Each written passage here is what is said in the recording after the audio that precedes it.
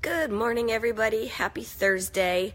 I'm sitting here looking through all of your posts this morning before I get to my workout. And first of all, just want to say, amazing job. I saw a bunch of people post day 10 progress photos from like day 1 to day 10, and I'm just blown away at how much you guys are crushing it. So keep that up. But there was two things I wanted to talk to you guys about in regards to self-care and things that you might be feeling that you might think are one thing, but they're actually something else. So somebody had posted that in the last day or two they were feeling a little nauseated, a little bit of a headache, and sort of hungry in the 2 to 3 hour window, and should they bump up brackets?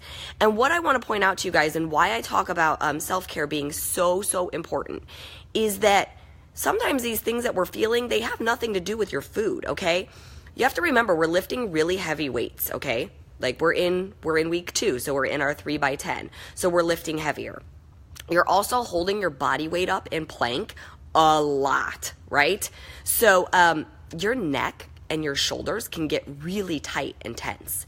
And if your upper body, your neck, your shoulders, your upper back get really tight and tense, it can cause a headache, which can cause nausea. So don't always assume that what you're feeling is automatically related to the food and that you absolutely have to jump up a bracket or something like that, because that might not be the case. And that's why I talk about self-care and why it's so important about making sure that you're foam rolling a lot, especially if you can't go get a massage regularly. Foam rolling is super important. So like foam rolling your upper back, foam rolling your sides, like under your armpit and that sort of thing, stretching out the neck a little bit, making sure you're doing all of that, because like I said, there were plenty of times in the program where my neck and upper back would get so tight that I was like, oh my God, like the headache was right behind my eyes. So make sure you're keeping that loose too. So pay attention to that again, that the only time I want you bumping up a food bracket is if you're like famished, starving the whole day, no matter what. Not just, yeah, I'm getting a little hungry in the 2 to 3 hour window. You should be getting hungry in the 2 to 3 hour window. That's the whole point. But if you're famished, starving all the time, that's different. Another thing to be aware of is anybody really hot at night when you sleep? For me, whenever I'm working out really hard like this, it's just awful. Like my metabolism revs up so fast that I sleep like it's January, and I either sleep with the air conditioning on or the window open usually, because I'm so hot. Because at night is when your body is repairing. Do you guys remember me saying all the time that when you sleep is when all the magic happens? When you sleep is when your body repairs and rebuilds all that muscle that you broke down during the day. And so it's working actually quite hard while you're asleep. So if you notice that you're hot at night, that's not a bad thing. It's a good thing. It means your body's working really hard to repair itself and your metabolism is revving up. So just another thing to be aware of in terms of what your body's going through right now. I see a lot of questions coming in. Let me look at these really quickly. Somebody said they bumped up their chiropractic visits to twice a week. They feel much better. That's great. I saw my PT once a week, and then I also have another specialist that I see that I would see once a week when we were filming the workouts, and I actually still see them both now. Not quite as much, but I do see them both. Waking up so hungry in the morning, this is new for me in the last week. Yes, she said, I'm going to take a leap and guess it's the program. Yeah, it's your metabolism revving up, and like I just said, your body works really hard all night long to repair itself, and so when you wake up, it needs new fuel because it used it all to repair everything. Yes, that's the beauty of it. What is a good size foam roller? I don't know the sizes off the top of my head, you guys. I have a couple. I have like a full length one, like the really long one, and then I have a smaller one that I travel with. But either one is good. You just want to make sure that you can maneuver on it. And I personally like the ones that are really firm, but I don't like the ones with the spikes on them. For me, the ones with the spikes just hurt too bad. Okay. Do you recommend foam rolling every day? Oh yeah, I foam roll every day, sometimes twice a day. So foam rolling is one of those things you can do anytime you want. Like anytime you're sore, jump on that foam roller. And you don't have to make it a 20-minute session. If your glutes are really sore, sit down and roll your glutes for 60 seconds. It's fine. If you feel like your calf muscles are really tight, roll them out. If you feel your upper back locking up, lay on it really fast. You don't have to do the entire foam rolling series. You can do whatever you're feeling at that moment. And somebody said they're obsessed with the foam roller now. Yeah, it's amazing. Louise says she's really emotional today. It came out of nowhere. She really struggled to go for it today. It can happen. It can happen, you guys. Lots of things are going to come up as we go through this. A lot of times, okay, first of all, there's been so many workouts that I've cried through, not because something was wrong necessarily. Here's the thing. We go through life and we suppress our emotions, right? Like life happens and you're like, I'm too busy to deal with this emotion right now. And so we bury it. And we're just like, I'm going to shove that away. Okay, I was really good at this for a very long time. It's not very healthy to do, but it happens. And here's what happens. When you suppress that emotion, you suppress it into your muscles and into your tissue, into your body, okay? True story, that's just what happens. Your body holds it. It's tension, right? We feel that. So like when you're stressed, you know you're holding it. You can feel it. Like sometimes you feel it in your stomach, sometimes you feel it in your shoulders or neck. When you work out really hard, like really hard, and you push yourself the way we're pushing ourselves in these workouts, you're working out so hard that you can no longer physically hold that emotion in. And that's when the tears come.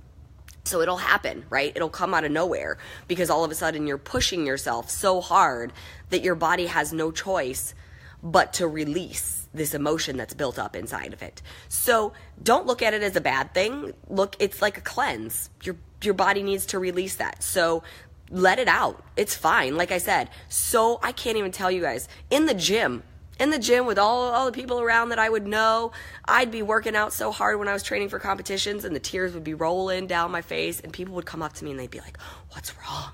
Is everything okay? Like, what's going on? And I'm like, I'm fine. It's just hard. And I wasn't crying because like the workout was hurting or anything. It was just emotion that had to come out. So it is what it is. Don't let it get you down. Don't let it, make you feel like you're failing, because that's not at all what's happening. It's just the release that your body needs. So enjoy it. Let's talk about how to stay on track while traveling. You guys, okay, I'll get to that in 1 second. Do I recommend taking Tylenol or ibuprofen for neck pain?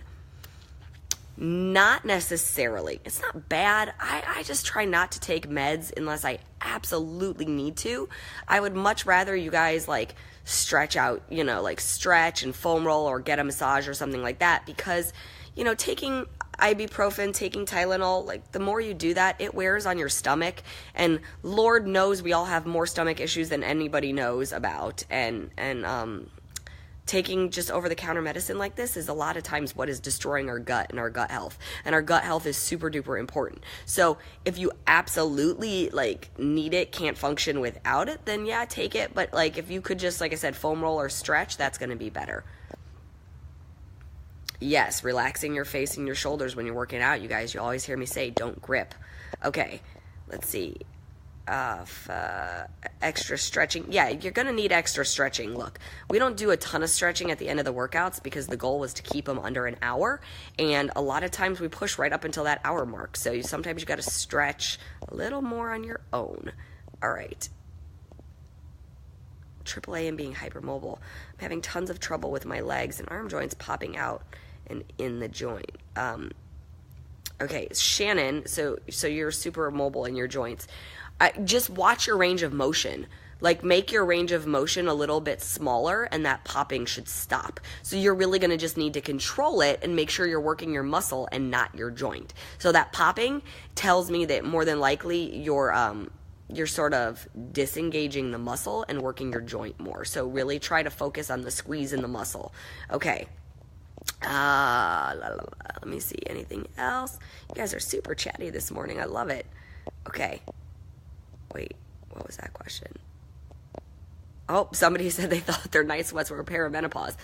I mean, it could be, but chances are, if you didn't have it before and it just kicked in with the workout, that it's your metabolism and your body repairing itself. So enjoy that. Jasmine said, yes, sometimes I wake up like, oh my God, I can't take it. I need air. Yeah, you guys, last night it was Same thing here. I was like kicking covers off me. I was like pulling layers off. I was like, why is it so hot? But it's a good sign. That means your body's working. Okay. So really quickly, I guess, let me see that you guys are all chatting about that. So that's great. So I just wanted to point those couple things out to you guys. Wait, hold on. Got one more question. What about dizziness? Woke up very dizzy today. Also that time of the month. Not sure if that's related.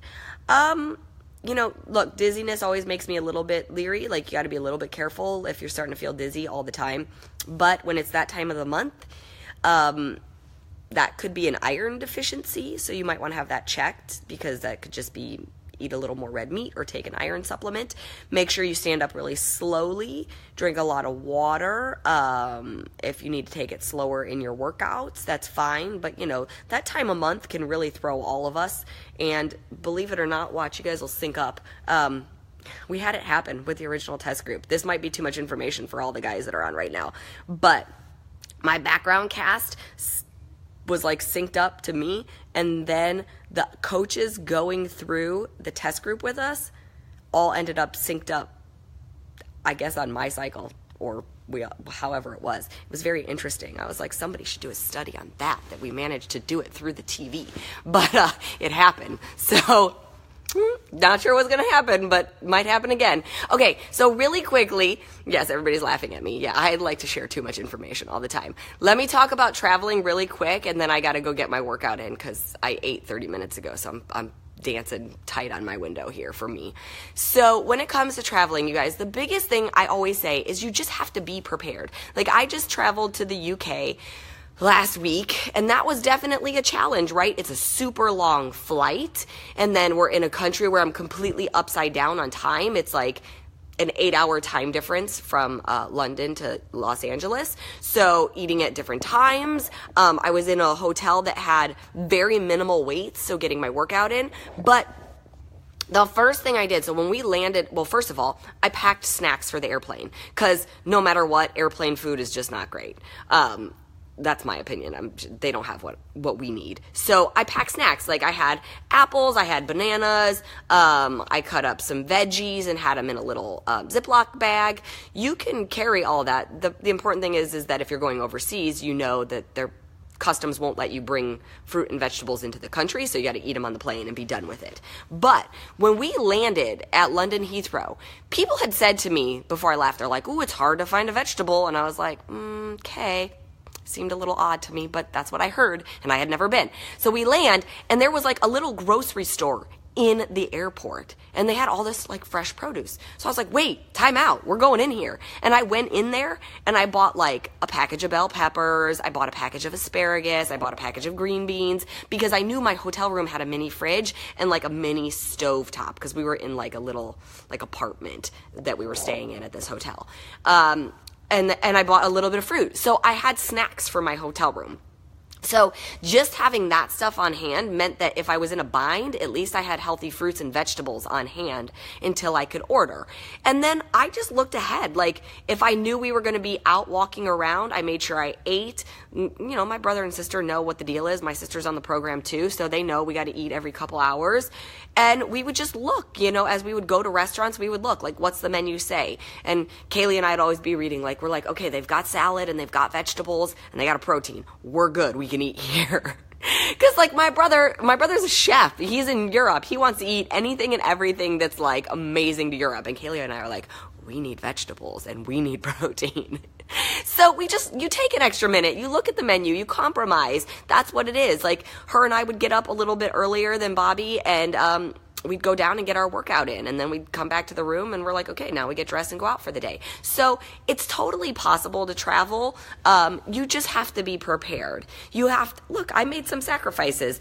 I didn't, every time my brother had a beverage, an alcoholic adult beverage, I didn't have one. I was like, I had a couple glasses of wine when we were there. It was Europe, and I wasn't going to not. So, we had one night where we had this amazing 7-course meal at this beautiful French restaurant in Paris. I ate it. I wasn't going to not eat it. But that was my choice. And I've gone through 80-day obsession twice now, actually. Well, more than that, really. I went through the whole development process, the whole filming process, and now this with you guys. So for me, I know where I can make my choices and say like, yeah, more often than not, I'm going to be dialed in, but like this nice dinner, I'm going to enjoy, or this thing over here, I'm going to enjoy. You guys are on it, so hopefully you stick to it, right? Because I want you to show yourself what you can do and what you can really stick to. But I'm just being completely honest with you guys about like my experiences when I travel. It'll be really interesting. We're all going to come off 80-day obsession and be in Mexico together. So, Lord knows what we'll be eating there. I can't wait to see what everybody does, because I'm going to come around and be like, what are you eating? Is that pizza and french fries? Put it down. We didn't work hard for 80 days to eat pizza and french fries on this trip. I'm kidding. I won't give you guys a hard time. So anyways, that's the deal. Oh, somebody said they're sick right now. I'm sorry. I am too. I managed to do the workouts, but it is very difficult to eat everything that's on my plan E. I feel very bad if I force myself to eat if I'm not hungry. Look, you guys, when you're sick, it's very different, okay? When you're sick, it depends. I mean, I don't know, do you have the flu? Whatever that might be. I have a cold, so for me, eating isn't hard. Like, I don't not feel hungry. I slow my workouts down a little bit. Like, I might have to pause, take a little bit longer on my workouts. But being sick is not like quitting, right? Like, if you're sick, and your body needs time to rest and heal. So you have to be the judge of how sick you are and how you feel. And so if you're so sick that you just don't feel like eating, I mean, I'm not telling you to force your containers down like and make yourself feel worse, especially if you have the flu. That's not going to feel good. So take your, like if you're sick, adjust accordingly. You know, maybe for your vegetables, you want vegetable soup. I ate soup a lot this week. There's a really healthy grocery store by us that makes it fresh. So I got like, they have a soup called Power Greens, and it's like kale and spinach and broccoli, and it's just done with vegetable broth, and it's amazing. So I was eating that like twice a day as my veggies, because I'm like, it's warm, it's soothing, it sits lighter in my stomach. So you do what you got to do when you're sick. I still want you to eat healthy. I don't want you to eat unhealthy. So when you eat, and remember, what you're putting in your body is going to help how fast you get over being sick anyways. So be aware of that. But sometimes when you're sick, you got to adjust, okay? So don't beat yourself up if that happens. All right, I am going to go get my AAA workout in. I hope you guys have an amazing day. Keep up the hard work. You're doing awesome, and I'll talk to you later. Bye.